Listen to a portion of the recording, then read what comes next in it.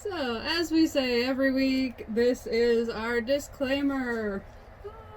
We would love for you to be, well, we require you to be at least 13 years or older, because there are themes of mental illness, language. There is a lot of language, as we have learned in the past, especially the first week when we surprised ourselves. Yeah, themes of identity, selfhood, mental illness, chaos versus order and control, language and its meaning, privilege, power, and wealth. Yes, let's get back. Okay. So, last week we did ask if for the activity if you could draw your own Tuatara. And we did. We did. We're ready to show you. I've got my muscly guy. He's got He's a strong boy. He's got this strong arm going on. He is happy to see you. Yay. Here's my little Tuatara. Yay. I love him. He's so cute. He's a little he's special. This is my guy. He's a little goofy looking. I like hers better. There he is. Ah, I'm sitting on a purple rock. Owie. He definitely looks like a little dinosaur. He does look like a little and he gets all the money, you guys. He gets all the money. Forget those kids. This Get is money the to one the that lizard. does not get the money. He's just working out for his paycheck. He's a bouncer at the Lizard Club. He is the bouncer for that Tuatara. Because he's got the money. Yeah. Yeah, he's gonna protect him. He's going to protect him with buddies. Yeah. So last week, when we read, we found out that Davis was worried that Asa liked him for the reward money and wasn't actually interested in him as a Yeah. person. He was worried that she was coming up just to get the reward for his dad and that was going to ruin his and his brother's lives if they found out where he was. Yeah. That is depressing to think your old friends are only coming back into your life because you have money now. Because And they there's a need reward. something. Yeah. For finding your father. They only care about you for finding that money. Yeah, and that's got to be rough when he already feels like everybody just sees him as money Yeah. and nothing else. And then the little brother, Noah, He needs a hug. he needs a hug so bad, dude. Oh my god. He begged Asa, like, please find my dad. Please keep looking. Yeah. While the other brother is like, no, don't do it. You're gonna screw everything up if you do that. It's better if he's missing than if he's found. Yeah. And he just pulled all that money out of those cereal boxes to toss at her. Like, if you care about Yeah. money, I got money. Don't ruin our lives. Here's the That's- money. Like, whoa. It's interesting that you have that money hiding everywhere. And the government found a good amount, but he's like, But oh, they yeah. didn't find it all. There's a lot more. I can't imagine having that kind of money. That's just, Yeah. that's ridiculous. Do you think that Asa is gonna try and still find him for the little kid's sake, or do you think she's gonna try and honor her friend and say, Ooh. because she's getting like a crush on him again? Yeah, and he likes He her does. a lot. I don't think he ever stopped liking her. Yeah. And I don't Poor know if she's babies. gonna go like, yeah, let's not do that and not tell, or if she's gonna say, well, now I gotta find out for the little kid because your dad should be here, no matter Yeah. what, you know. And I don't know what she's don't gonna know. do. I hope that she still stays friends with him, but we will have to read on and see. So yeah, it's reading time. Sorry if I mess up a little bit. I have been in elementary school until I think 5th grade. I was in remedial reading, so I do still suffer a little bit with reading out loud. So sorry in advance if I think you do a I good job. stumble a little bit. I also get stressed reading out loud, so hey, I think you do a good job. thank you. Just want to put that disclaimer out there of myself. Okay, on to chapter 10. I texted Daisy the next morning while I was still in bed. Big news. Call when you can. She called immediately. Hey, I said. I know he is a gigantic baby, she responded, but I actually think upon close examination he is hot. And in general, quite charming. And very sexually open and comfortable, although we didn't do it or anything. I'm thrilled for you. So last night, and he really seemed to like me. Usually I feel like boys are a bit afraid of me, but he wasn't. He holds you and you feel held. You know what I'm saying? Also, he's already called me this morning, which I found cute instead of worrisomely over-eager. Yeah, that says worrisomely. But please do not think I am becoming the best friend who falls in love and ditches her bitches. Wait. Oh god, I just said I'm in love. We've been hooking up for under 24 hours and I'm dropping L-bombs. What is happening to me? Why is this boy I've known since 8th grade suddenly so amazing? Because you read too much romantic fan fiction? There's literally no such thing, she's answered. How's Davis? That's what I wanted to talk about. Can we meet somewhere? It's better if I can show you. I wanted to see her face when she saw the money. I already have a breakfast date, unfortunately. I thought you weren't ditching your bitches, I said. And I'm not. My breakfast date is with Mr. Charles Cheese, alas. Can it wait till Monday? Not really, I said. Okay, I get off work at 6. Applebee's. Might have to multitask, though, because I'm trying to finish a story. Don't take it personally, okay? He's calling. I have to go. Thanks. Love you. Bye! As I put down my phone, I noticed Mom standing in my doorway. Everything okay? She asked. Holy helicopter parenting, Mom. How was your date with that boy? Which boy? There are so many. I have a spreadsheet just to keep track of them. Yep. Sorry. To kill time that morning, I went through Noah's file of entries from his dad's notes app. It was a long, seemingly random list, everything from book titles to quotes. Over time, markets will always seem to become more free. Experiential value? Yes. Floor 5, Stairway 1. Disgrace. Coetzee. Coetzee? Coetzee. Coetzee. Okay. Coetzee has been disgraced.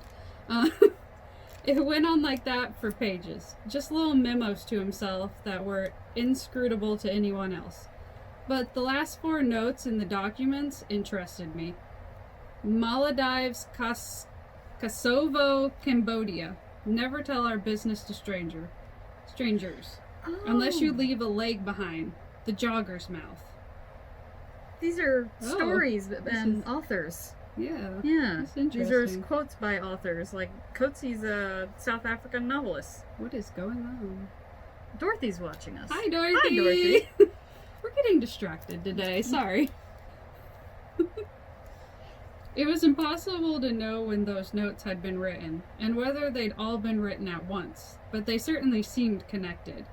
A quick search told me that Kosovo, Cambodia, and the Maldives were all nations that had no extradition treaty with the United States, meaning that Pickett might be allowed to stay in them without having to face criminal charges at home. Never Tell Our Business to Strangers was a memoir by a woman whose father lived on the run from the law. The top search for Unless You Leave a Leg Behind was a news article called How White-Collar Fugitives Survive on the Lam. The quote in question referred to how difficult it is to fake your own death. Ooh. The jogger's mouth made no sense to me, and searching turned up nothing except for a bunch of people jogging with their mouths open. But of course, we all put ridiculous thoughts in our notes apps that only make sense to us. That's what notes are for. Maybe he'd just seen a jogger with an interesting mouth. I felt bad for Noah, but eventually I set the list aside. Harold and I made it to Applebee's half an hour early that afternoon.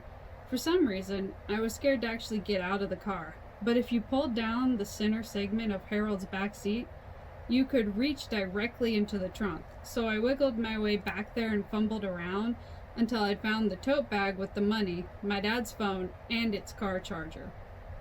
I stuffed the bag under the passenger seat, plugged in my dad's phone, and waited for it to charge enough to turn on.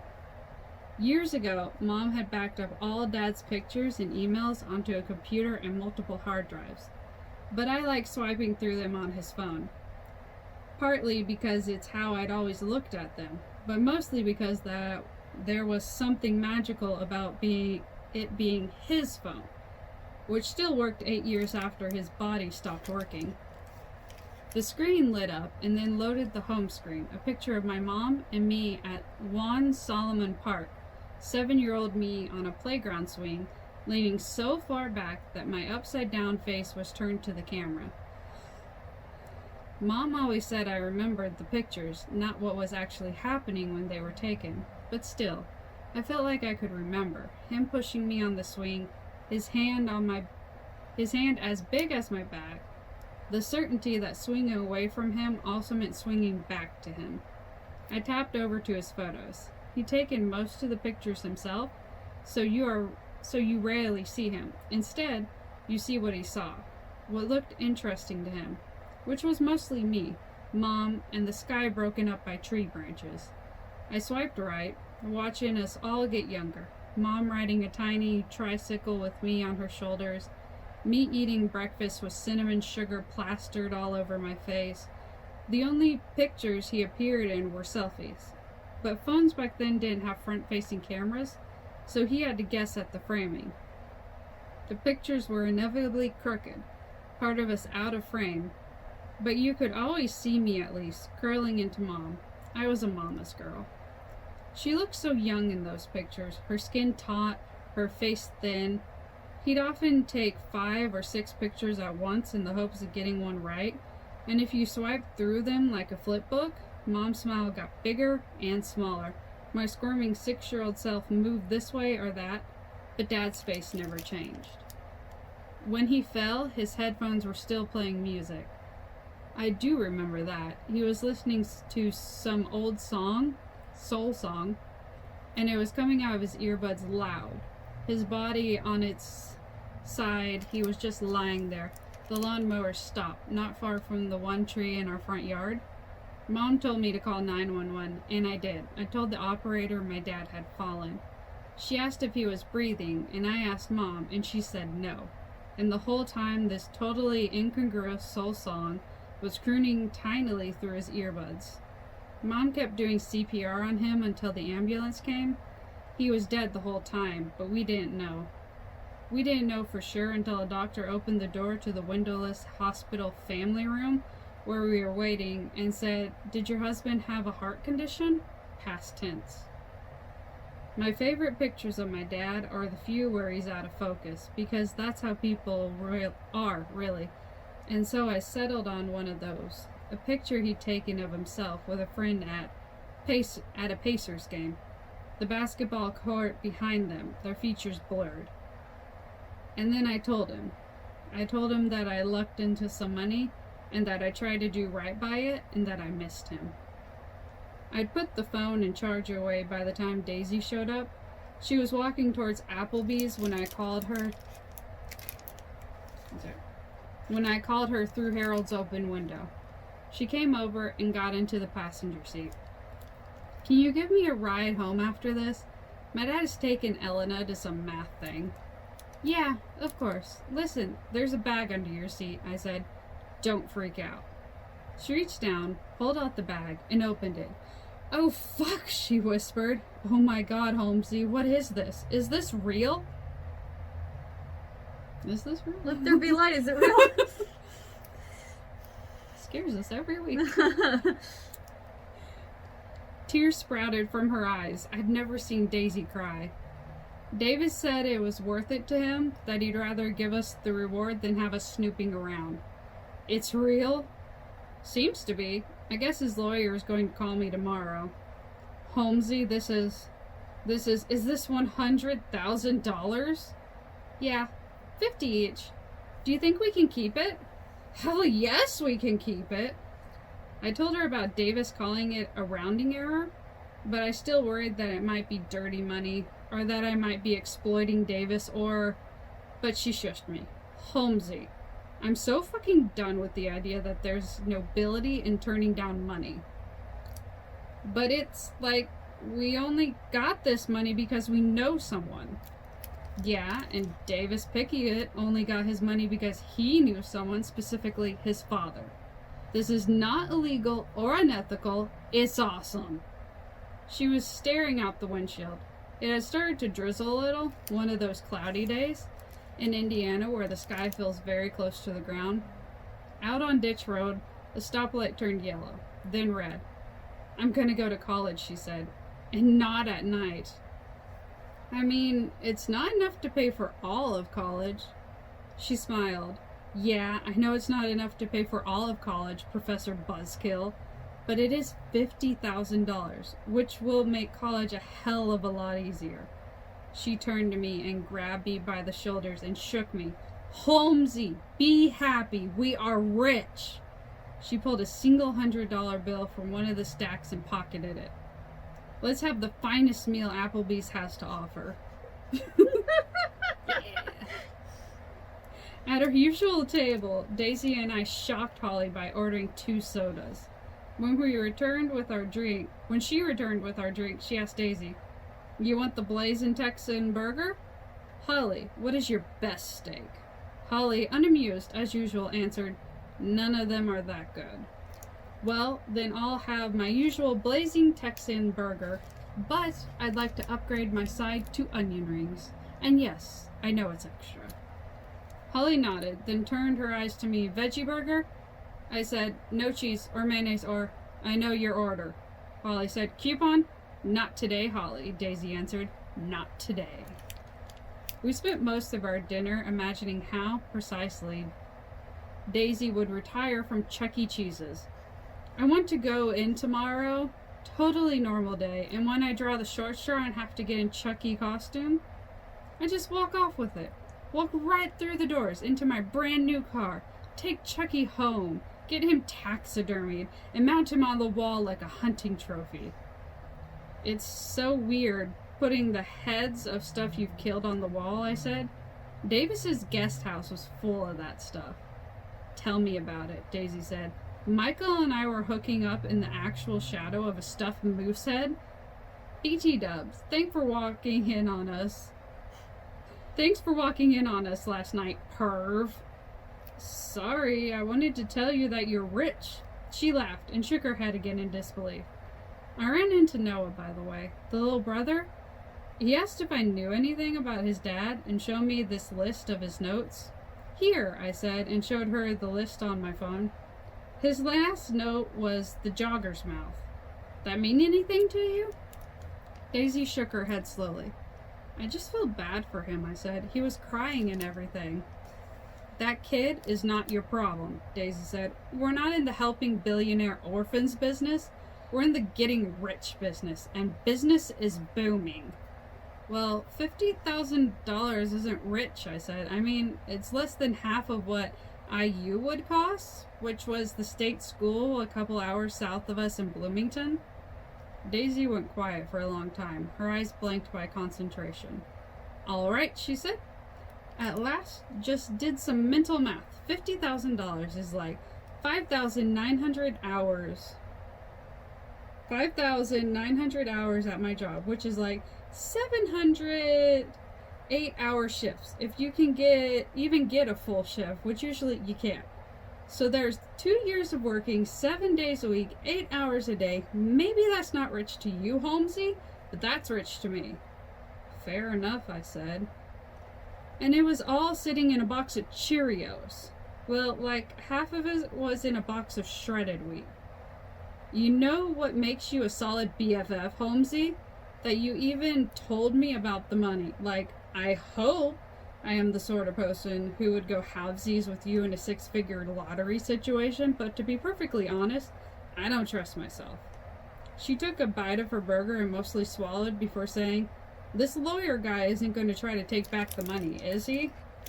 I don't think so. We should go to a bank, she said. Get it deposited now. David said we should wait to talk to the lawyer. You trust him? Yeah, I really do. Aw, Holmesy, we've both fallen in love. Me with an artist, you with a billionaire. We're finally leading the debutante lives we've always deserved. In the end, our meal cost less than $30, but we left Holly a $20 tip for putting up with us. I was watching videos on my phone the next morning when the call came in. Hello, I said. Asa Holmes? This is she. This is Simon Morris. I believe you are acquainted with Davis Pickett?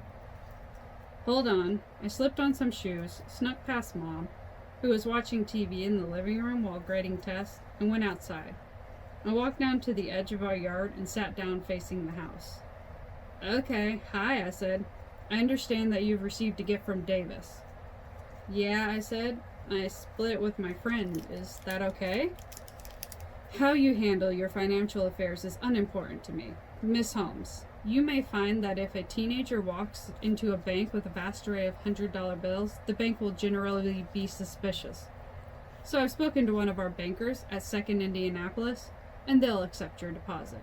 I've set an appointment for you at 3:15 p.m. on Monday at the branch on 86th Street and College Avenue. I believe your school day ends at 2:55, so you should have adequate time to get there. How do you know I'm thorough? Can I ask you a question? You just have, he noted dryly. So you're taking care of Pickett's affair while he is gone? That's correct. And if Pickett shows up somewhere, then the pleasures and sorrows of his life will belong to him again. Until then, some of them fall to me. May I request that you come to your point? I'm sort of worried about Noah. Worried? He just seems really sad, and there's kind of no one there to look after him. I mean, isn't there any other family? None with whom the Picketts have a good relationship. Davis has been declared an emancipated minor by the state and is his brother's legal guardian. I don't mean a legal guardian. I mean someone who actually, looks after him. Like, Davis isn't a parent. I mean, they're not just going to be alone forever, are they? What if their dad is dead or something? Miss Holmes, legal death is different from biological death. I trust that Russell is both legally and biologically living, but I know he's legally alive because Indiana law considers an individual alive until either biological evidence of their death emerges or 7 years pass from the last evidence of life. So, the legal question, I don't mean legally, I said. I just mean, who's going to take care of him? But I can only answer the question legally. And the legal answer is that I administer the financial affairs, the house manager administers the home affairs, and Davis is the guardian. Your concern is admirable, Miss Holmes, but I assure you that everything is cared for legally. 3:15 tomorrow. Your banker's name is Josephine Jackson. Do you have any other questions of pertinence to your situation? I don't think so. Well, you have my number. Be well, Miss Holmes. I felt fine the next day at school until Daisy and I were on our way to the bank. I was driving, and Daisy was talking about her most recent fic had sort of gone viral in the Star Wars fan fiction world, and how she had tons of kudos on it, and how she'd had to stay up all night to finish this paper on the Scarlet Letter, and how she could maybe finally get some sleep now that she was retiring from Chuck E. Cheese's. And I felt fine. I felt like a perfectly normal person who was not cohabiting with a demon that forced me to think thoughts I hated thinking. And I was just feeling like, I've been better this week. Maybe the medicine is working. When from nowhere the thought appeared, the medicine has made you complacent, and you forgot to change the Band-Aid this morning. I was pretty sure I'd actually changed the Band-Aid right after waking up, just before I brushed my teeth, but the thought was insistent. I don't think you changed it. I think this is last night's Band-Aid. Well, it's not last night's Band-Aid because I definitely changed it at lunch. Did you, though? I think so. You think so? I'm pretty sure. And the wound is open? Which was true. It hadn't yet scabbed over. And you left the same Band-Aid on for, God, probably 37 hours by now? Just letting it fester inside that warm, moist, old Band-Aid? I glanced down at the Band-Aid. It looked new. You didn't. I think I did. Are you sure? No, but that's actually progress if I'm not checking it every 5 minutes. Yeah, progress towards an infection. I'll do it at the bank. It's probably already too late. That's ridiculous. Once the infection is in your bloodstream. Stop! That makes no sense. It's not even red or swollen. You know it doesn't have to be. Please stop. I will change it at the bank. You know I'm right.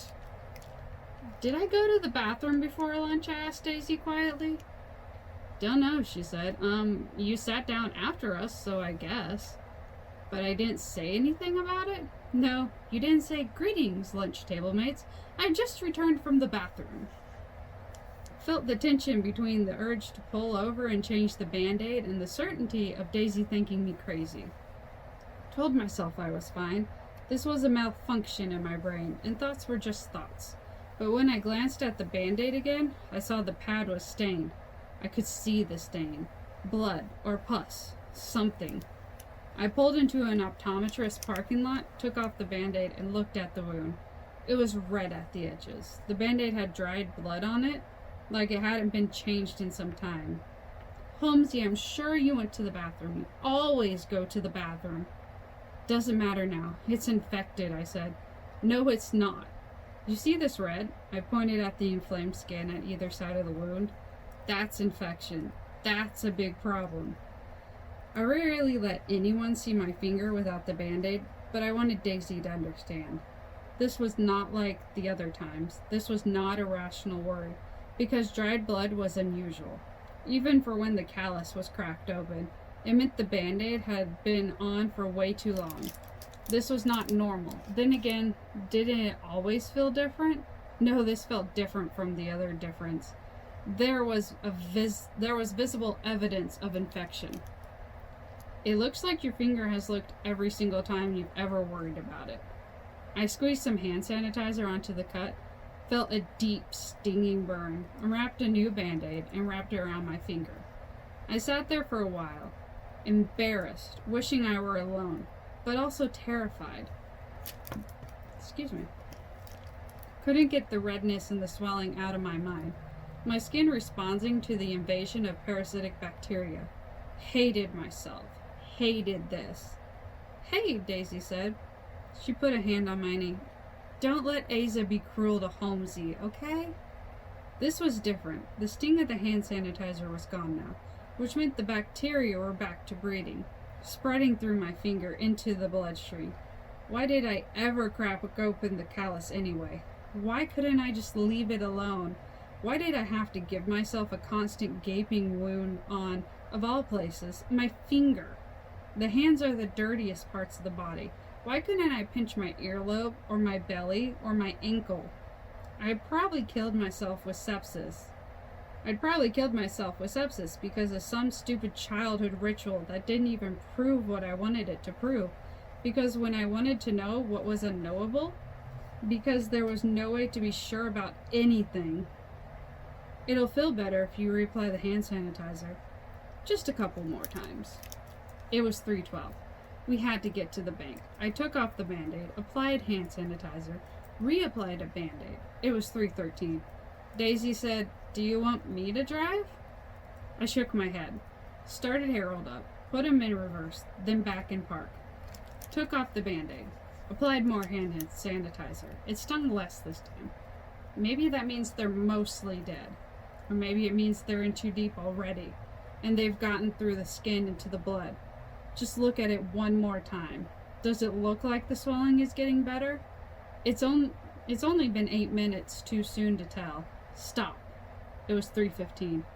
Holmesy, she said. We need to go. I can drive. I shook my head again, put the car in reverse, and this time succeeded in getting moving. I wish I understood it, she told me as I drove. Like, does it help to be reassuring, or is it better to worry with you? Is there anything that makes it better? It's infected, I whispered, and I did it to myself, like I always do. Opened the callus up, and now it's infected. I wish that fish, infected with a parasite swimming close to the surface, I was that fish, sorry. Infected with a parasite, swimming close to the surface, trying to get myself eaten. Ooh.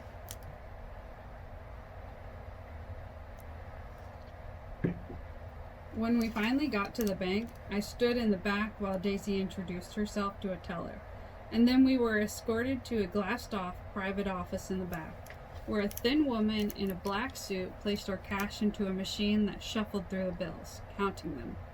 We filled out a bunch of forms and then had brand new bank accounts, complete with debit cards that would arrive in 7 to 10 days. The woman gave us 5 temporary checks to use until our real ones arrived. Encouraged us not to make any major purchases for at least 6 months. Well, you learn to live with this windfall. And then started talking about the places we could put the money.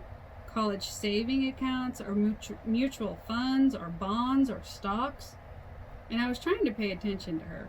But the problem was, I wasn't really in the bank. I was inside my head, the torrent of thoughts screaming that I had sealed my fate by not changing the Band-Aid for over a day. It was too late, and now I could feel the heat and soreness in my fingertip. And you know it's real once you can physically feel it, because the senses can't lie. Or can they? I thought, it's happening. The it too terrifying and vast to name with anything but a pronoun. Driving to Daisy's apartment complex, I kept forgetting why I was stopped at a stoplight, and then I'd let off Harold's brake only to look up and notice, oh right, the light is red. You hear a lot about the benefits of insanity or whatever, like Dr. Karen Singh had once told me this Edgar Allan Poe quote, the question is not yet settled, whether madness is or is not the loftiest intelligence. I guess she was trying to make me feel better, but I find mental disorders to be vastly overrated. Madness is my admittedly limited experience, is accompanied by no superpowers. Being mentally unwell doesn't make you loftily intelligent, or any more than having the flu does. So I know I should have been a brilliant detective or whatever, but in actuality, I was one of the least observant people I'd ever met. I was aware of absolutely nothing outside on the drive to Daisy's apartment building and then to my house. I went to the bathroom when I got home and examined the cut. The swelling seemed down. Maybe the light in the bathroom just wasn't strong enough for me to see clearly. I cleaned it with soap and water, patted it dry, applied hand sanitizer, and then rebandaged my finger. I also took my regular medication, and then a few minutes later an oblong white pill I had been told to use when panicky. I let the pill melt on my tongue into a vague sweetness and waited for it to kick in. I felt certain something was going to kill me, and of course I was right. Something is going to kill you someday, and you can't know if this is the day. After a while, my head got heavy, and I sat down on the couch in front of the TV. I didn't really have the energy to turn it on, so I just stared at the blank screen. The oblong pill made me feel exceptionally groggy, but only from the bridge of my nose up. My body felt like its standard self, broken and insufficient in the usual way, but my brain felt sloppy and exhausted, like the noodle legs of a runner post-marathon. Mom came home and plopped down next to me. Long day, she said. I don't mind students, Asa. It's the parents that make my job hard. Sorry, I said. How was your day? Okay, I said. I don't have a fever, do I? She pressed the back of her hand to my forehead. I don't think so. Do you feel sick? Just tired, I think. Mom turned on the TV and I told her I was going to lie down and do some homework. I read my history textbook for a while, but my consciousness felt like a camera with a dirty lens. So I decided to text Davis. Me. Hi. Him. Hi. Me. How are you? Him. Pretty good. You? Me. Pretty good. Him. Let's continue this awkward silence in person. Me. When? Him. There's a meteor shower Thursday night. Should be good one if it's not cloudy. Me. Sounds great. See you then. I have to go. My mom is here. She had, in fact, peeked her head in through the door. "What's up?" I asked. "Want to make dinner together?" "I need to read." She came in, sat down on the edge of my bed, and said, "You feeling scared?" "Kinda." "Of what?" "It's not like that. The sentence doesn't have, like, an object. I'm just scared." "I don't know what to say, Asa. I see the pain on your face, and I want to take it from you." I hated hurting her. I hated making her feel helpless. I hated it. She was running her fingers through my hair. "You're all right," she said. "You're all right. I'm here. I'm not going anywhere." I felt myself stiffen a little as she kept playing with my hair. "Maybe you just need a good night's sleep," she said. At last, the same lie I'd fed to Noah. The morning of the meteor shower, I arrived at school with Harold and discovered a bright orange Volkswagen Beetle parked in my usual spot. As I pulled in next to the car, I saw that Daisy was in the driver's seat. I rolled down my window and said, "Didn't Josephine the baker tell us not to make any purchases for 6 months?" I know, she said, but I talked the car sales dude down to $8,400 from $10,000. So in a way, I actually saved money.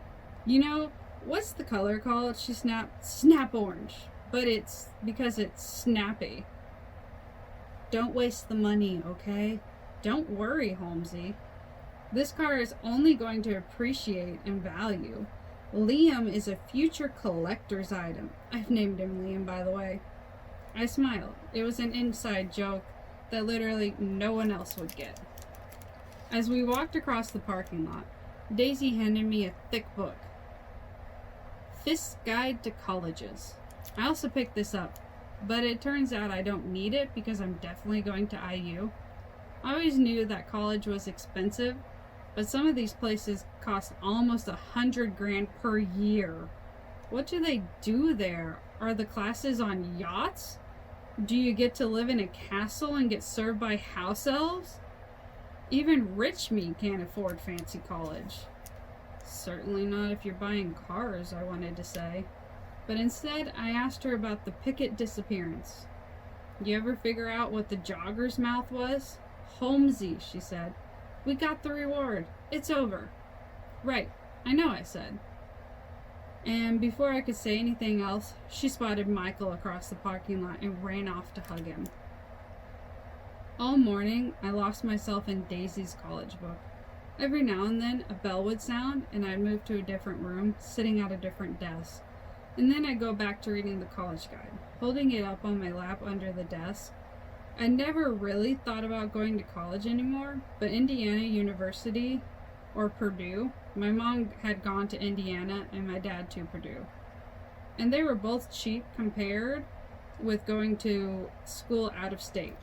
But reading through the hundreds of colleges in this book, which were rated on everything from academics to cafeteria quality, I couldn't help but imagine myself at some small college somewhere on a hilltop in the middle of nowhere with 200-year-old buildings. I read about one school where you could use the same library study Carol that Alice Walker had. Admittedly, $50,000 would hardly make a dent in the tuition, but maybe I could get a scholarship. My grades were good, and I was a competent standardized test taker. I let myself imagine it, taking classes like politicized geography and 19th century British women in literature in small classrooms, everyone seated in a circle. I imagined the crunch of gravel paths under my feet as I walked from class to the library, where I'd study with friends, and then before dinner at a cafeteria that served everything from cereal to sushi. Excuse me. Would stop at the college coffee shop and talk about philosophy or power systems or whatever you talk about in college. It was so fun to imagine the possibilities, West Coast or East Coast, city or country. I felt like I might end up anywhere. And imagining all the futures I might have, all the Asas I might become, was a glorious and welcome vacation from living with the me I currently was. Whew. Excuse me.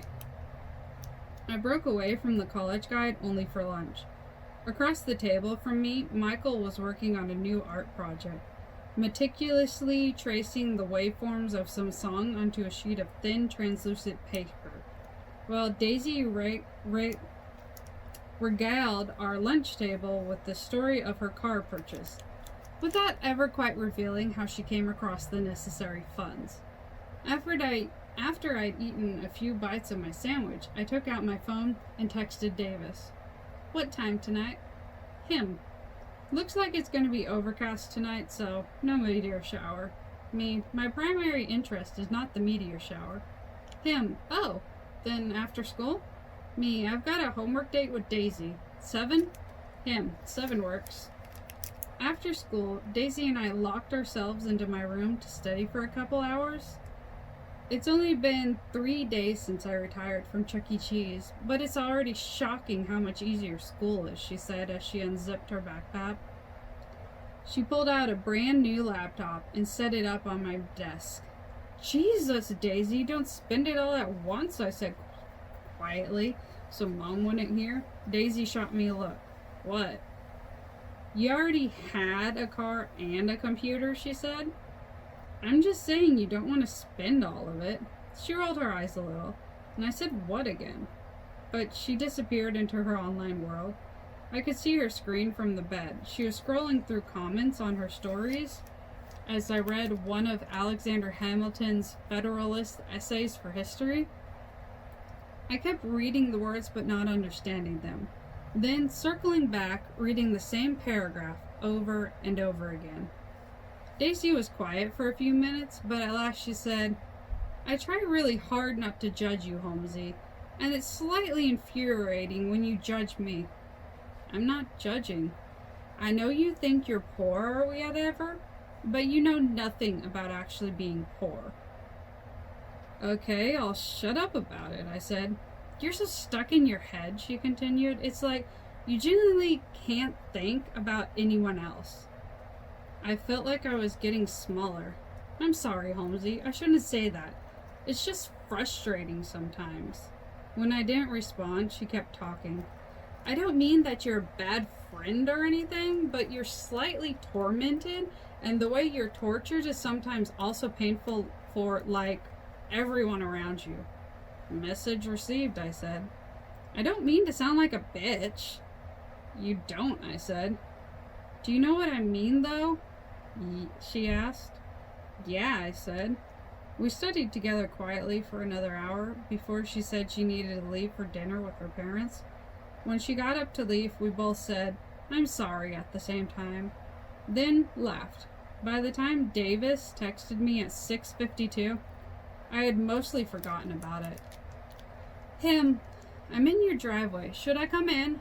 Me, no, nope, I will be out shortly. Mom was emptying the dishwasher. Headed out to dinner, I told her, and then grabbed my coat and got out the door before she could inquire further. Hi, he said as I climbed into the car. Hi back, I said.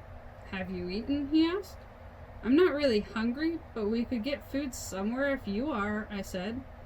I'm good, he said, backing up. I actually kind of hate eating. I've always had a nervous stomach.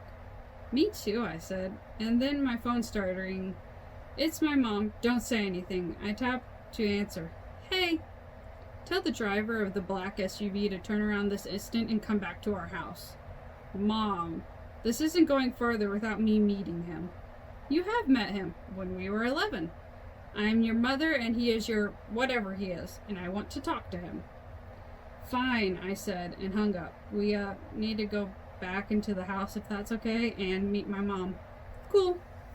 Something in his voice reminded me that his mom was dead, and I thought about how everyone always seems slightly uncomfortable when discussing their fathers in front of me. They always seemed worried I'd be reminded of my fatherlessness, as if I could somehow forget. I never realized how small my house was until I saw Davis seeing it. The linoleum in the kitchen rolling up into the corners, the little settling cracks in the walls, all of our furniture older than I was, the mismatched bookshelves. Davis looked huge and misplaced in our house. I couldn't remember the last time I'd seen a guy inside this room. He wasn't quite 6 feet tall, but somehow his presence made the ceiling seem low. I felt embarrassed of our dusty old books and the walls decorated with family photos instead of art. I knew I shouldn't be ashamed, but I was anyway. "It's nice to see you, Miss Holmes," Davis said, offering a handshake. My mom hugged him. We all sat down at our kitchen table, which almost never had more than 2 people at it. Mom and me. It seemed overfull. "How are you, Davis?" she asked. "Things are good. As you may have heard, I am kind of an orphan, but I am well. How are you?" "Who looks after you these days?" she asked. "Well, everybody and nobody, I guess," he said. "I mean, we have a house manager, and there's a lawyer guy who does the money stuff." "You're a junior at Aspen Hall, yes?" I closed my eyes and tried to telepathically beg my mother not to attack him. "Yes." "Asa is not some girl from the other side of the river."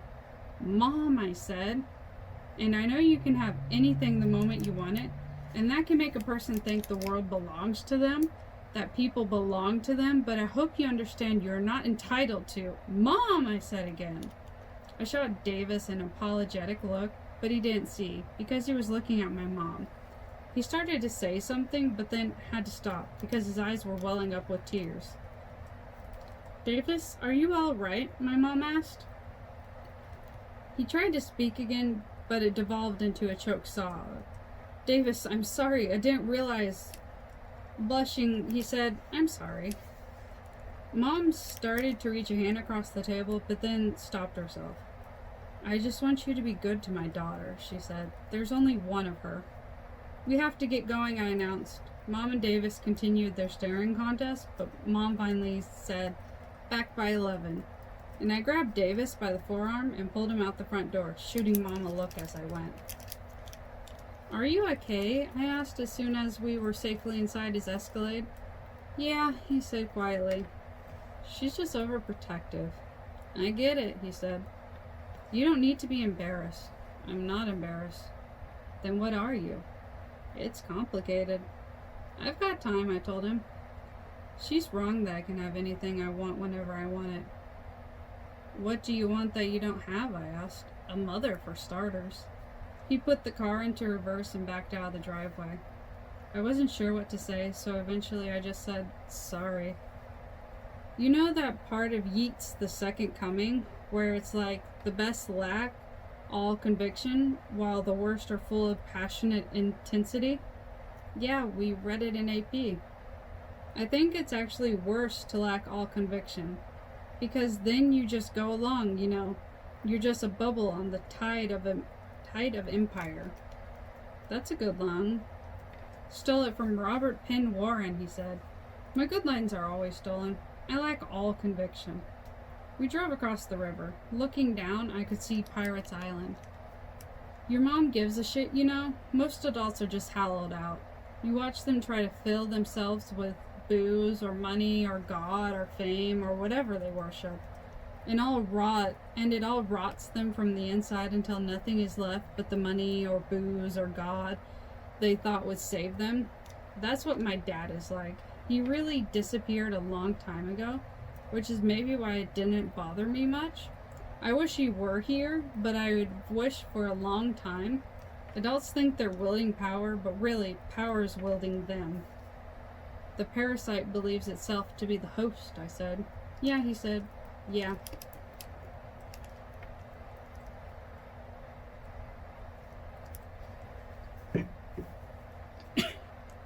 Excuse me. That Sahara dust is bothering me. That's attacking us outside. Sorry. As we walked up to Pickett's house, I could see 2 place settings at one corner of Davis's huge dining room table. A candle flickered between the settings, and the first floor of the house was lit a soft gold. My stomach was all turned around, and I had no desire to eat, but I followed him in. I guess Rosa made us dinner, he said to me. So we should at least have a few bites to be polite. Hi, Rosa, he said. Thanks for staying late. She pulled him into a big bear hug. I made spaghetti, vegetarian. You didn't have to do this, he said. My children are grown-ups, so you and Noah are the only little boys I have left. And when you tell me you have a date with your new girlfriend... Not girlfriend, Davis said. Old friend. Old friends make the best girlfriends. You eat. I'll see you tomorrow. She pulled him down into another head and kissed him on the cheek. Take something up to Noah so he doesn't starve, Rosa added. And do your dishes. It's not too hard to wipe dishes clean and put them in a dishwasher, Davis. Got it, he said. Your life is so weird, I said as we sat down to eat at the table set for two. With a Dr. Pepper in front of my spot and a Mountain Dew in front of his. I guess, he said. He raised his can of soda. Too weird, he said. Too weird. We clinked cans and sipped. She acts like a parent, I said. Yeah, well, she's known me since I was a baby. And she cares about us. But she also gets paid to care about us, you know? And if she didn't, I mean, she had to find a different job. Yeah, I said. It seems to me that one of the defining features of a parent is that they don't get paid to love you. He asked me about my school day, and I told him I'd had a fight with Daisy. I asked about his day at school, and he said it was okay. There's this rumor at school that it killed not only my dad, but also my mom, so I don't know. I shouldn't let it get to me. That would get to anyone. I can take it. But I worry about Noah. How is Noah? He climbed into my bed with me last night and just cried. I felt so bad, I loaned him my Iron Man. I'm sorry, I said. He's just... I guess at some point you realize that whoever takes care of you is just a person, and that they have no superpowers and can't actually protect you from getting hurt, which is one thing, but Noah is starting to understand that maybe the person he thought was a superhero turns out sort of to be the villain, and that really sucks. He keeps thinking Dad is going to come home and prove his innocence, and I don't know how to tell him that, you know? Dad isn't innocent. Does the phrase the jogger's mouth mean anything to you? No, but the cops asked me that too. Said it was in Dad's phone. Yeah, I mean, my father is many things, but a jogger is not one of them. He thinks exercise is irrelevant, because Tua is going to unlock the key to eternal life. Seriously? Yeah, he believes Malik is going to be able to identify some factor in Tuatara blood that makes them age slowly, and then he's going to cure death, Davis said, using air quotes. That's why his will leaves everything to Tua. He thinks he's going to be remembered as the man who ended death. I asked him if Tua would really get all of his dad's money, and he laughed a little and said, everything.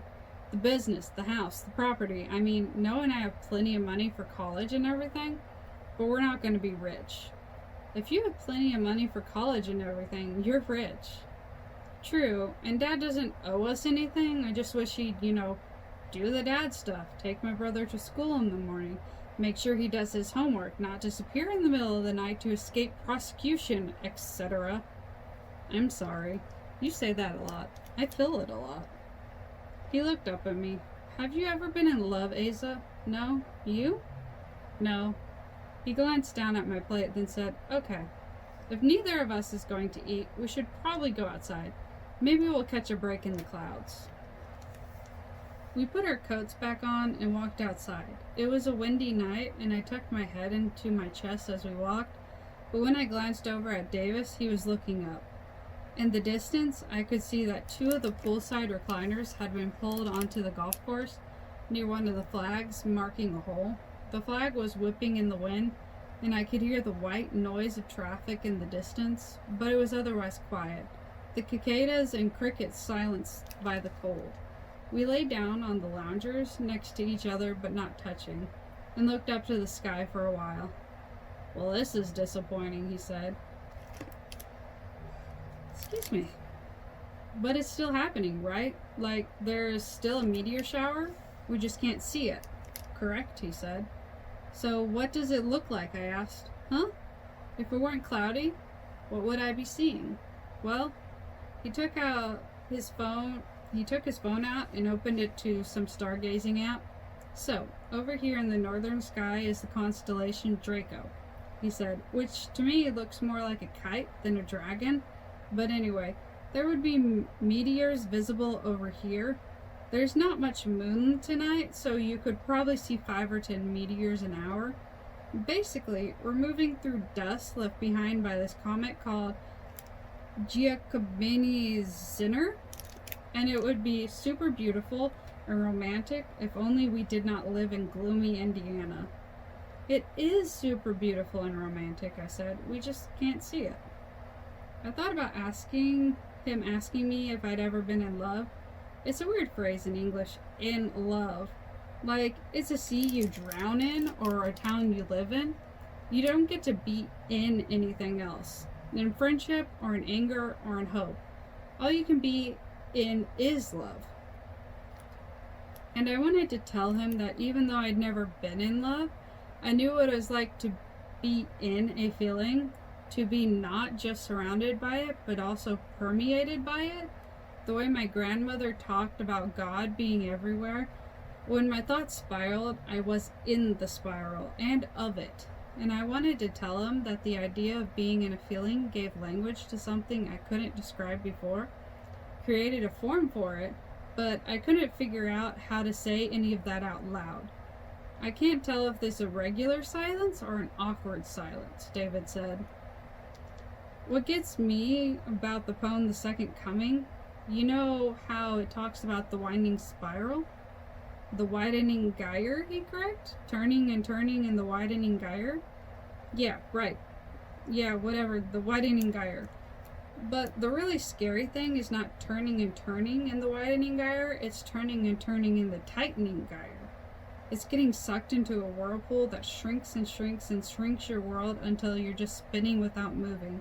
Stuck inside a prison cell that is exactly the size of you, until eventually you realize that you're not actually in a prison cell, you are the prison cell. You should write a response, he said, to Yeats. I'm not a poet, I said. You talk like one, he said. Write down half the stuff you say and it would be a better poem than I'd ever written. You write poetry? Not really. Nothing good. Like what? I asked. It was so much easier to talk to him in the dark, looking at the same sky instead of at each other. It felt like we didn't have bodies, like we were just voices talking. If I ever write something I'm proud of, I'll let you read it. I like bad poetry, I said. Please don't make me share my dumb poems with you. Reading someone's poetry is like seeing them naked. So I'm basically saying, I want to see you naked, I said. They're just stupid little things. I want to hear one. Okay, like, last year I wrote one called Last Ducks of Autumns. And it goes, the leaves are gone. You should be too. I'd be gone if I were you. But then again, here I am, walking alone in the frigid dawn. I quite like that, I said. I like short poems with weird rhyme schemes because that's what life is like. That's what life is like? I was trying to get his meaning. Yeah, it rhymes, but not in the way you expect. I looked over at him. I suddenly wanted Davis badly enough that I no longer cared why I wanted him, whether what wanted him was capitalized or lowercase. I reached over, touched his cold cheek with my cold hand, and began to kiss him. When we came up for air, I felt his hand on my waist, and he said, wow. I smirked at him. I felt like feeling his body against mine, one of his hands tracing my spine. Got any other poems? I've been trying to write just couplets lately, like nature stuff, like the daffodil knows more of spring than roses know of anything. Yep, that works too, I said, and I kissed him again. I felt my chest tighten, his cold lips and warm mouth, his hands pulling me closer to him through the layers of our coats. I liked making out with so many layers on, our breathing steaming up his glasses as we kissed, and he tried to take them off, but I pressed them up the bridge of his nose, and we were laughing together, and then he started kissing my neck, and a thought occurred to me. His tongue had been in my mouth. I told myself to be in the moment, to let myself feel his warmth on my skin, but now his tongue was on my neck, wet and alive in microbial, and his hand was sneaking under my jacket, his cold fingers against my bare skin. It's fine. You're fine. Just kiss him. You need to check something. It's fine. Just be fucking normal. Check to see if his microbes stay in you.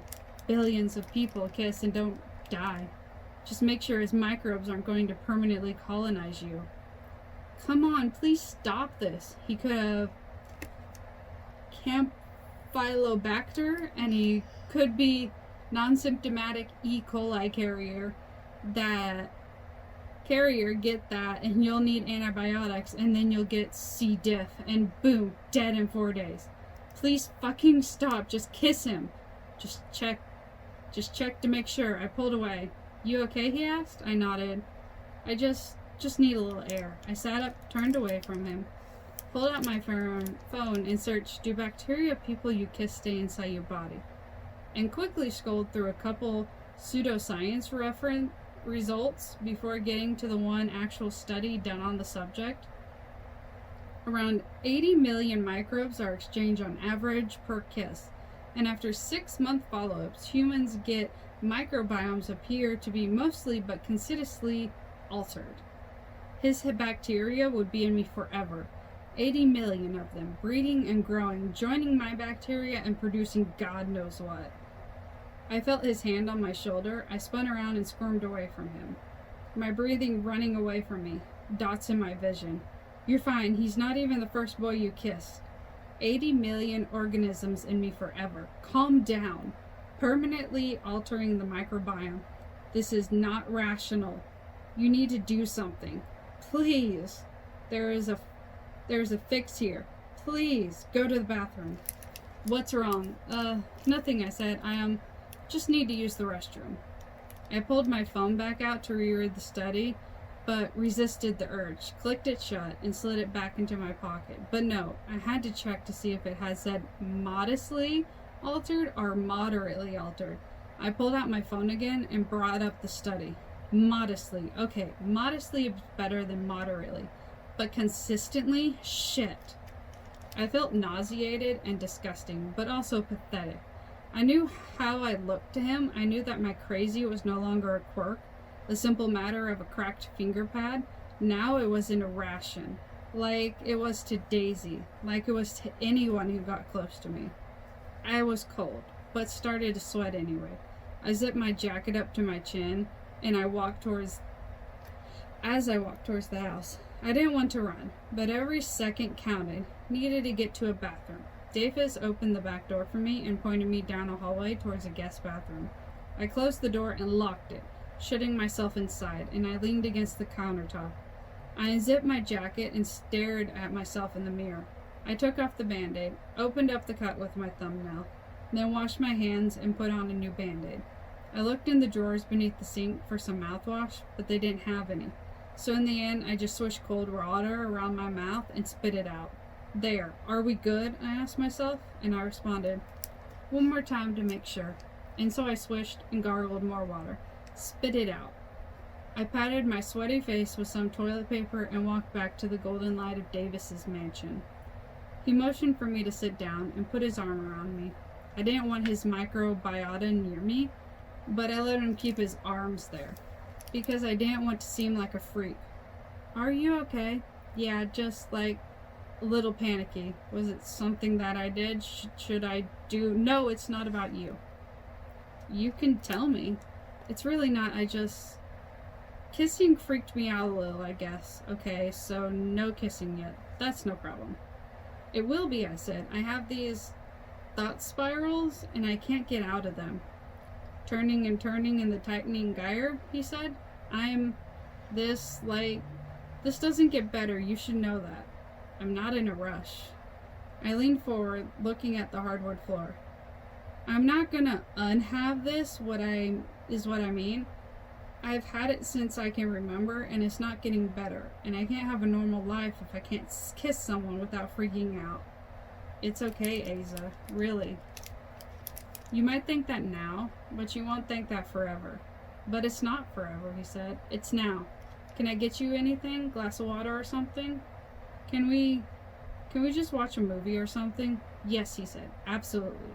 He offered me his hand, but I got up on my own. As we walked towards the basement steps, Davis said, "Here at the Pickett residence, we have both kinds of movies, Star Wars and Star Trek. What would you prefer?" "I'm not really a fan of space movies," I said. "Great, then we'll watch Star Trek 4, The Voyage Home, 40% of which is set right here on Earth." I looked up at him and smiled, but I could not cinch the lasso on my thoughts, which were galloping all around my brain. We walked down to the basement, where I tapped the F. Scott Fitzgerald novel to make the bookcase open. I sat down in one of the overstuffed leather recliners, grateful for the armrest between the seats. Davis appeared for a while with the Dr. Pepper. Appeared after a while with the Dr. Pepper, placed it in the cup holder by my armrest, and sat down next to me. "How do you manage to be friends with Daisy without liking space operas?" "I'll watch them with her, I just don't love them," I said. "He's trying to treat you like you're normal, and you're trying to respond like you're normal, but everyone involved knows you are definitely not normal. Normal people can kiss if they want to. Normal people don't sweat like you. Normal people choose their thoughts like they choose what to watch on TV. Everyone in this conversation knows you're a freak." "Have you read her fic?" "I read a couple stories when she first started in middle school. They're not really my thing." I could feel the sweat glands opening on my upper lip. "She's a pretty good writer. You should read them. You're actually kind of in some of them."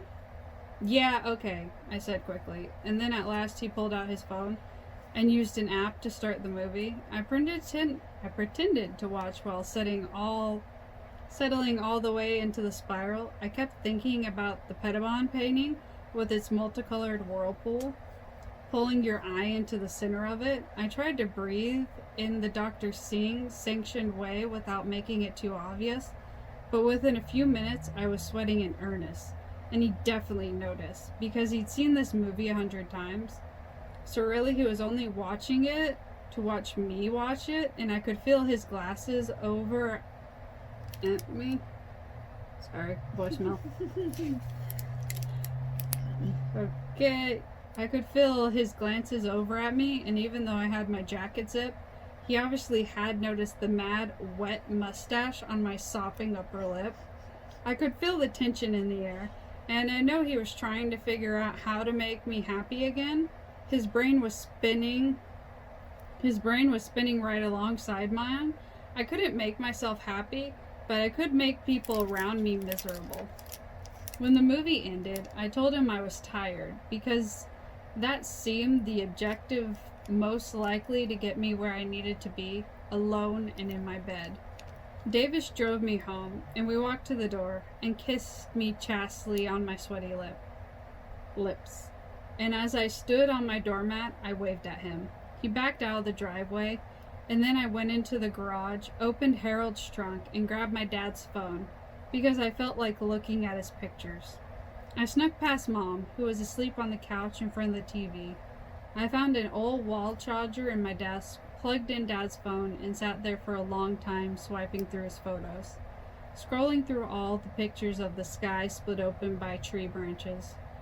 We've got those on the computer," Mom said, gently from behind me. I hadn't heard her get up.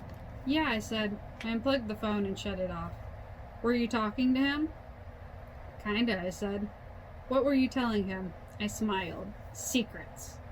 "Ah, I tell him secrets too. He's good at keeping them." "The best," I said. "Asa, I'm very sorry if I hurt Davis's feelings, and I've written him an apology note as well. I took it too far. But I also need you to understand." I waved her away. "It's fine. Listen, I gotta change." I grabbed clothes and then went to the bathroom, where I undressed, toweled off the sweat, and then let my body cool down in the air, my feet cold against the floor. I untied my hair, then stared at myself in the mirror. I hated my body. It disgusted me. Its hair, its pinpricks of sweat, its scrawniness, skin pulled over a skeleton, and animated corpse. I wanted out of my body, out of my thoughts, out. But I was stuck inside of this thing, just like all the bacteria colonizing me. Knock on the door. "I'm changing," I said. I removed the band-aid, checked it for blood or pus, tossed it in the trash, and then applied hand sanitizer to my finger, the burn of it seeping into the cut. I pulled on sweatpants and an old t-shirt of my mom's and emerged from the bathroom, where Mom was waiting for me. "You feeling anxious?" she asked. She said askingly. "I'm fine," I answered, and turned towards my room. I turned out the lights and got into bed. I wasn't tired exactly, but I wasn't feeling too keen on consciousness either. When Mom came in a few minutes later, I pretended to be asleep so I wouldn't have to talk to her. She stood above me, singing this old song we'd sung whenever I couldn't sleep as far back as I could remember. It's a song soldiers in England used to sing to the tune of the New Year song, Auld Lang Syne. It goes, "We're here because we're here, because we're here, because we're here." Her pitch rose through the first half like a deep breath, and then she sang it back down. "We're here because we're here, we're here because we're here, because we're here." Even though I was supposed to be basically grown up, and my mother annoyed the hell out of me, I couldn't stop thinking until her lullaby finally put me to sleep. Woo, the end. We did it! Part 2! Wow. Okay, so there's a lot to unpack this time. Found the bookmark. Aha. There we go. So, Yeah. apart from the fact that they kept that money, Davis had a lawyer, well, a financial advisor, whoever he is, come and dictate how this money is allotted Which into was their accounts. nice. Which was nice. It makes it Set official. up them bank accounts. And it makes it, to where someone isn't going to be suspicious of a kid having a bunch of this money, Yeah. But, oh my God, they kept that money. And Daisy started spending it. Daisy started spending it, but, Yeah. and I get that she wanted a car, and I get that she wanted a laptop. They're Yeah. very useful things. And I understand how Asa could be upset with her and say, "Why are you just spending all this money if you want to save it for college?" Don't but at the you same time, remember we're just supposed to wait 6 months. yeah, 6 months Yeah. before we were supposed to be really spending it. But also, I've been in the position where you don't Yeah. have money. Like, I have been in a position where I didn't have food for, I didn't even have like crackers or noodles or anything in a cabinet. I didn't have a cabinet. I had a couch that was somebody else's house, or a nice little area of a park, where I could take a Yeah. blanket. Like, it's, I get when you haven't had money and you've been like absolutely dirt poor with nothing to your name, and someone else is like, "Well, I'm poor," and you're like, "Well, Yeah. maybe you're not Like, rich, but you're not poor."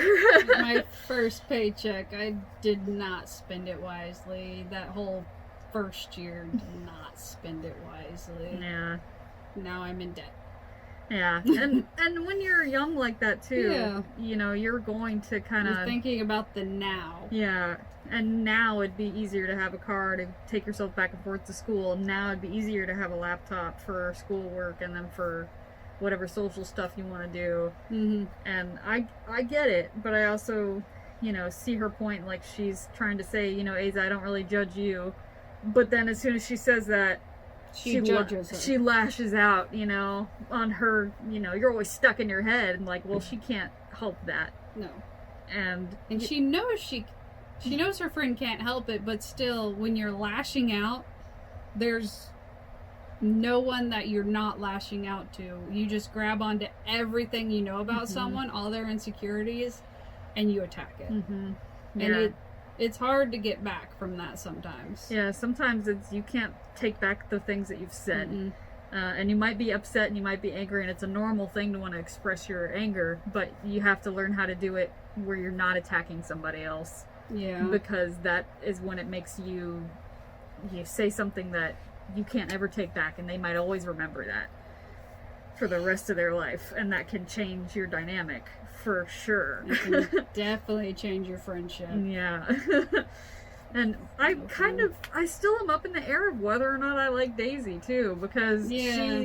was talking about, oh, I'm gonna quit my job and not have to go to Chuck E. Cheese, and I'm like, yeah, girl, and then she's like, I'm gonna show up, and right before they need me, I'm gonna take the suit and just leave, and I'm like, whoa, wait a minute. That's theft, and that money you just got now gets to pay for your lawyer. Yeah, and even then, like, why would you do that to other people who have to work Yeah. there? Just because you got money now, you think you're too good to, like, do a 9 to 5. Like, that's cool. You don't have to do the 9 to 5, but don't make it harder on the other people who are stuck there for their livelihoods. Like, they don't get a meal Yeah. because you took that rat costume away. Like, It's very similar to this one store in the mall here, where every time someone quit, they, for some reason, it became just what everyone did. They stole the dog out the window, the stuffed animal, not real I dog. was going to say, who's stealing the same dog? And so the company had to replace it every time, and everyone's got paid because of that. Yeah, It because is- it wasn't the company eating the cost, it was the employees. And Yep. it just became a trend. Everyone stole the dog every time they left. Yeah. And And that comes out of the employees' pay. It doesn't Yeah. come out of the company. Like, the company doesn't get punished when you do stuff like that. That's the unfortunate nature of, you know, big business doesn't get punished. big business The does people not get working punished. for them get punished. Yeah, like I understand the Yeah. sentiment. Like, screw them. They're the big business and they're the corporation. But yeah, but you're not screwing them. You're screwing the people who work there, who are in the same That are position. possibly your friends. Yeah, who are doing that because they have to Yeah. do that. They have to be there. They don't want to be there any more than you do, No. but they're stuck because that's how they get their bread, you know? Yeah, they didn't get another job. They don't have another opportunity. Yeah. They didn't get free money from some guy. $50,000. Right? Like, she seems like the type Yeah. of person that's just going to forget that she, you know, she's She's gonna gonna have to get a new job the way she's spending this money. too. Yeah. And even then, oh my god, I was so surprised college is so expensive. Oh, Like, is college really that expensive, you guys, now? Is that how much It is. college costs? Holy I crap! am $60,000 in debt. Oh my god! And From I've been college. paying on that for 1 year. Holy Yeah. my That's just God. 5 years at UWF. Wow. See, I'm older. Yeah. I mean, I'm not like really old. I'm old. I'm old. I'm like, oh. I'm not yet 40, but I'm on my way there. So, but yeah, no, that's very surprising to me. I can't believe that it costs that much. Yeah, That is ludicrous. What That- surprises me, fun fact about this town I used to live in Illinois, they are proud about the fact their tiny college is in the top 10 of most expensive colleges to go to in the U.S. I mean, what are their graduates going on to do though? Like, are they actually going on to accomplish anything? Is there Working at programming Prairie Farms is all I know. I mean, Sorry to maybe that's everyone good. in that town. I'm not naming you, but Maybe that's good. I I don't know. don't know. Well, you know, it just baffled me that College that's is how much it expensive. is. That's ridiculous because you're. Get a scholarship if you can. One you Uh. don't have to pay back. Because there are some scholarships out there that make you pay back 50%. That's how do we expect Yeah. young people to make any kind of living for themselves if they're Oh. already in debt before they even have a job? Yeah. Before your career starts, you owe $100,000. Like, what is that? That's Yeah. that's. And it used to be inexpensive to go to college, and then Sally Mae was developed to help you pay for college, and then the government's like, well, if they're getting help, we're going to keep charging more money, and then it's just this It seems like a violent business cycle. more than anything. It doesn't seem like yes. they're trying to teach you anything useful. It seems like they're just trying to take your money. And then what I found out from my college professors is they have to produce work like books or some kind of literature to keep their job and keep their tenure. So they're more focused on writing than teaching you. Oh, yeah, they do that. Yeah. Yeah. They So, do have to publish. Our college system Yeah. is messed up. a lot of our stuff is messed up, y'all. Land of the free. Happy 4th of July. I'm gonna say we can't start to get into some politics stuff Yeah, over happy here. I'll be 4th of talking all day. July. Yay! Radicalist librarians, y'all. But yeah, no, just That's a small snippet of the problem of the Very U.S. small. college. Yeah, we got like a whole pie, but this slice of pie. You want a tiny bit of it? I'll give you a tiny bit. Okay. But yeah, so no adults really seem to give a crap about the Davis kids, like Except for the Pickett's. Rosa. Rosa, she does, but also they're right. She's paid to be there. She's paid to care. She's paid to care, and she's got her Yeah. own family and stuff Yeah, to she worry seems about. like she still wants to be a mom. Yeah. So while she's there, she's being paid to do what she wants to do because all her kids are growing up. Yeah. And she was nice to make them dinner and set a very cute romantic table. Yes, that is nice, but again, that's not the same as having a It's not the parent same or as- guardian. It's Yeah. it's not not the a same. it's not a family member, and you know Yeah. those. He said his brother went into the bed with him, and he gave him his Iron Man doll. Like, And he's an emancipated minor yeah, he's an emancipated minor, which in 11th grade. yeah, which I was one of That's those hard. myself, and Mm. I can tell you, it was not a good experience. You know, everybody thinks like, yeah, you ain't got adults telling you what to do, but yeah, you also Yeah. don't have anybody in your life caring about who you are and what you're doing and how you're doing, and it's very taxing to try and be an adult when you're 16. You know, it's just you're not prepared for it. Your brain hasn't even finished developing yet. You know, Yeah. you gotta give it time, and that's not an insult to anybody who's Yeah. under 16. Like your brain develops until you're like 26 or something like that. So you're And women develop faster. yeah. So you're you know you got a while before stuff really all falls into place because you're And even growing. when you're at that age when it's all supposed to be there and you're supposed to be cognizant, it don't feel like it. You're Yeah. like, where's my mommy? I need help. When you get older, At least you're that's still me. kind of grasping at straws throughout life. You're kind of going. I need an adult. I'm the adult. Yeah, No! yeah. You're like, oh, wait a minute. more- I'm a grown up. I need a more adult than I am to help me out. It really does kind of feel like you never really know what you're doing. You're just kind of coasting through your life and hoping No. things work out. Yeah. And, you know, you get a good grip on some things, but other things you're just like, I don't know. And Yeah. it never goes away. You're always kind of like, I don't know what to do. But you have to kind of make the choice to, okay, well, I'm going to try. You gotta pretend like you know what you're doing. Yeah. You just got to do your best. And that's all. Do Yeah. your best and don't worry about all the other stuff that you can't control in your life, even though you will. And you can't stop yourself from worrying. Maybe 'cause- worry about paying the bills. Yeah, worry about paying the bills and, you know, worry about being a good person and being true to who you are. And the rest of it, Yeah. kind of, you know, it's just going to happen and you're just going to have to deal with it. Yes. Indeed. But, yeah, so, you know, there's a lot of existential themes in this book. Like, you know, Aza's saying there isn't a way to be sure about anything in life other than that you're all going to die. And that's true. You know, you go through where you're thinking about, and well, me personally, I go through where I think about, you know, I don't personally particularly believe in an afterlife or anything. I think that once you're gone, you know, and you get one life and that's it. And, you know, the thought of not existing anymore, once you meet that end, is a very heavy thought to hold, but to me, that's my truth, you know, and it's... Sometimes you feel like you are the sim. And you just stand there and you're like, what am I doing? Yeah. What am I supposed to be doing? Yeah. I need to pee. Should I go pee? It's you don't feel like you're you. Or Yeah. at least I have that. Where I Yeah. just sit there and there's this sensation is only way I can explain it, where I feel there but I'm not there. Yeah, and that's like I know I'm there but just not. yeah. And that's, you know, it's interesting. sometimes you get where you'll be kind of lost inside your own head. Yeah. Yeah. You'll get lost inside your own thoughts, and it happens to everybody, I think. And Yeah, when I get stressed, I get quiet, and it scares my family. yeah. 'Cause they don't know what's happening. I don't know what's happening, and I don't know how to prevent that.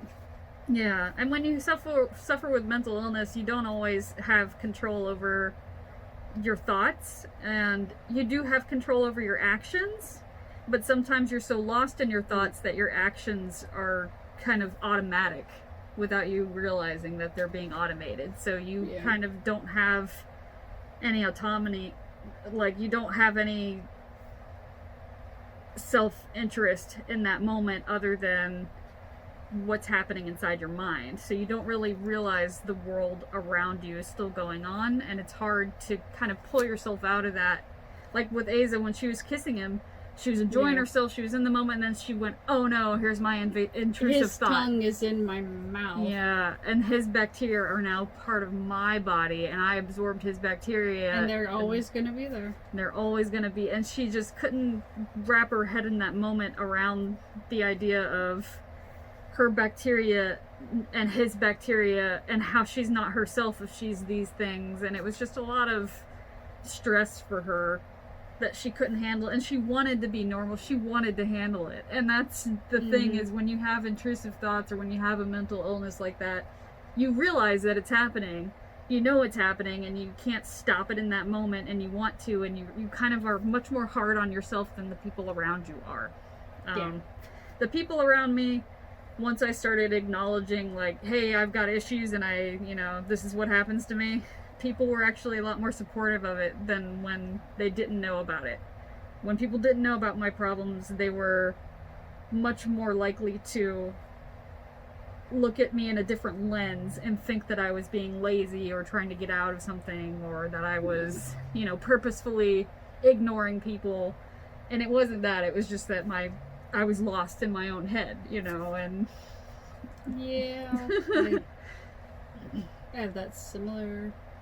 I have never been to a therapist, so I have no diagnosis. But I feel that. And somebody will text me. And I'll just think about it. And think about what I need to text them. And think about everything. And then they're going to hate me if I say this. And it just keeps going on, and then a month has gone by. Yeah. And they think I hate them. Yeah, they think you're ignoring them, when really you just kind of got distracted in that. And then thought I texted you. Yeah. I seriously think I've texted somebody, and then I go through, I'm like, why aren't they talking to me? Well, because I never talk to them. Yeah.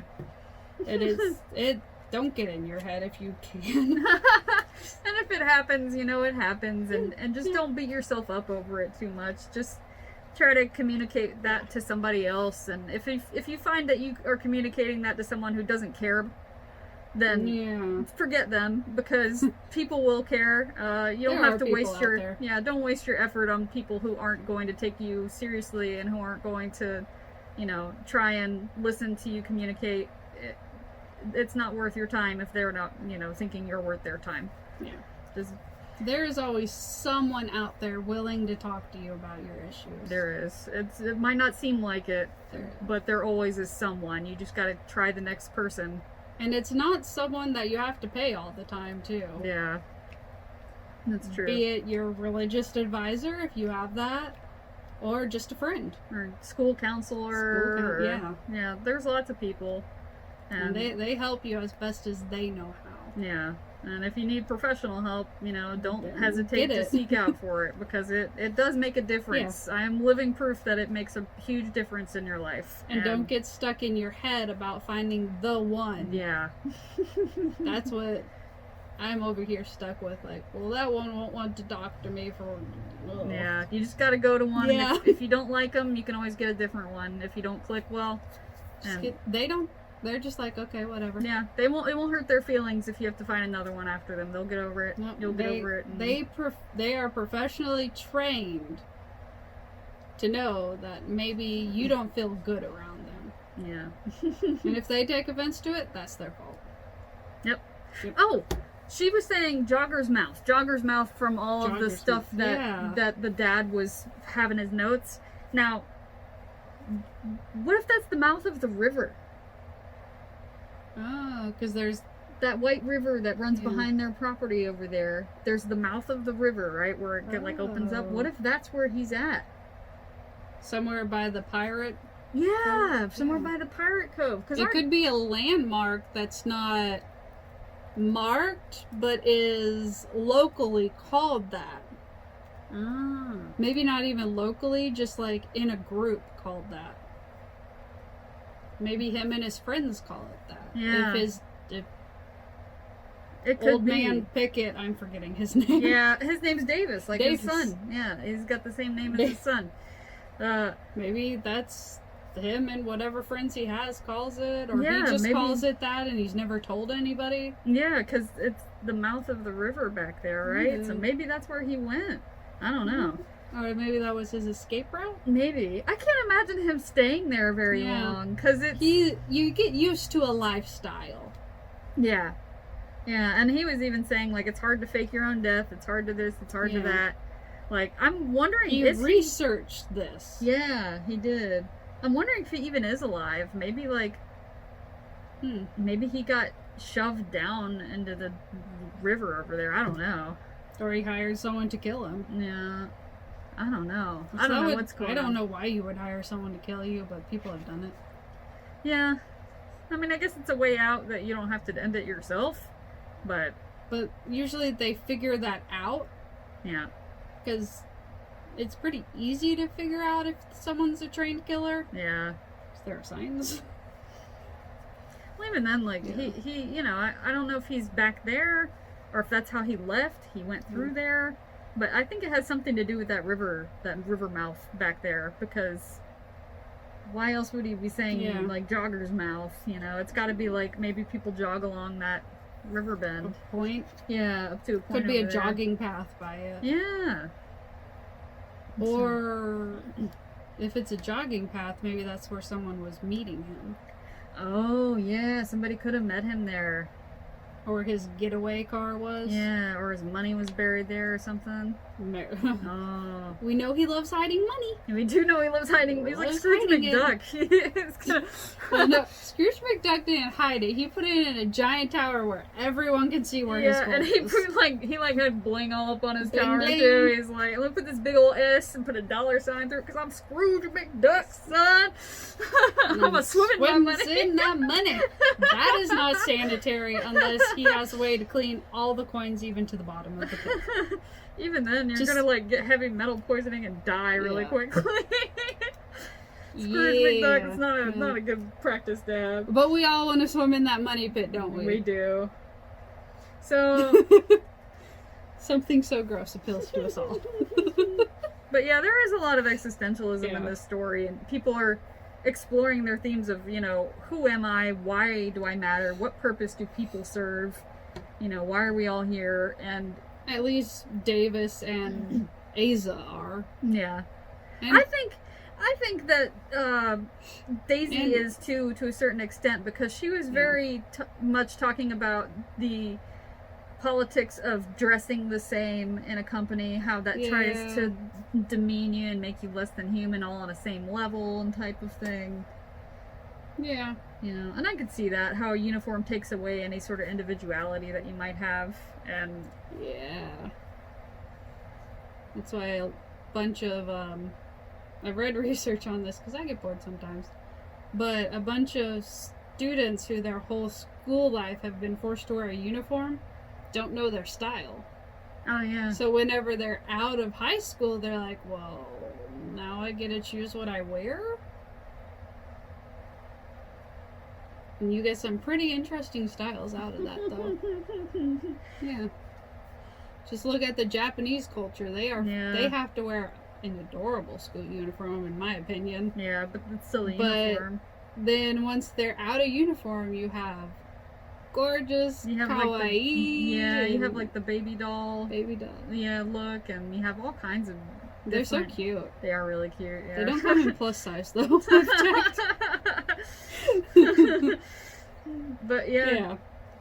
I was surprised at Aza's mom too. The way that she talked to Davis Oh, when he was there, I was taken She aback. just remembered. Oh, you're rich. You're rich. Yeah, exactly. Don't You're you rich. think that Rich you're? defines you. Yeah, and she's like, "Don't think that you're entitled to my daughter's body," and da da da da. I'm Just like, because you get what you "Whoa." want doesn't mean you Yeah. get her. Woo, that was Like, so oh. judgy. Like, I Even know. though he's given, mom doesn't know it, but he's given Asa Mhm. $100,000, Yeah. and she only kept 50,000 of Yeah, it. but even then, like, that was so judgy because judgy. you assume because somebody has money that they're a piece of crap, you know, Yeah. that they are just an entitled You are not baby. your parents. You're not your parents. You're No. not the things that you own either, you know, you're not anything but who you are inside. Yeah. And it just was very upsetting to see, like, she judged him right away based off of his economic status rather than who he is. But it's nice that she's like, oh, I wrote him an In the apology. letter, yeah, that And was like, that's sweet. Good you job. knew you were wrong. Yeah, you knew you jacked up, so Yeah, here's your so cute. apology letter. That was nice. That's That's good parenting. yeah, that is a good way to be. Adults make mistakes, and you Yeah. should admit to it and apologize, even if it's to a kid. You know, like, I hate that adults feel like they don't need to apologize to Yeah. people younger than them. Like, get over yourself just because you're a grown up. I feel like I'm apologizing to everybody. Alrighty. Okay. Next week's activity. Oh, over here. Okay. Write a humorous list of all the things you were supposed to do today and that you are not going to do today and why. Yeah. It's going to be interesting. Yeah, you can put hashtag loafing. Loafing.